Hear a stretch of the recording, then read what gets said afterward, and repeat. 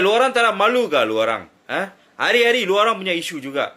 Ha? Curi tanah orang, curi dia orang punya pisang, curi dia orang punya mangga, curi dia orang punya durian, semua mau curi tanah. Lepas tu cakap, oh dalam mimpi Tuhan mari cakap, ini tempat mau kasih bina kuil atau tempat ibadat lain. Watak pakailah. Kalau kau nak bina kuil ke tempat ibadat ke, kau beli tanah tu.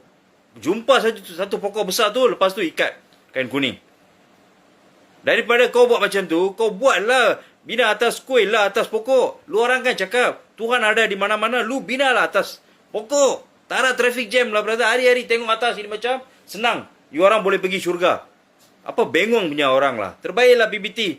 Yang kes dengkil tu hari Jumaat ini akan dirobohkan. Tak kisahlah kau ni bangsa mana. Kalau kau curi tanah orang, kau siaplah. Ambillah lesson pengajaran daripada bangsa lain. Watak kena pakailah. Jangan watak tu letak dekat buntut. Terbaik PBT. Tolong tegaslah dengan diorang ni.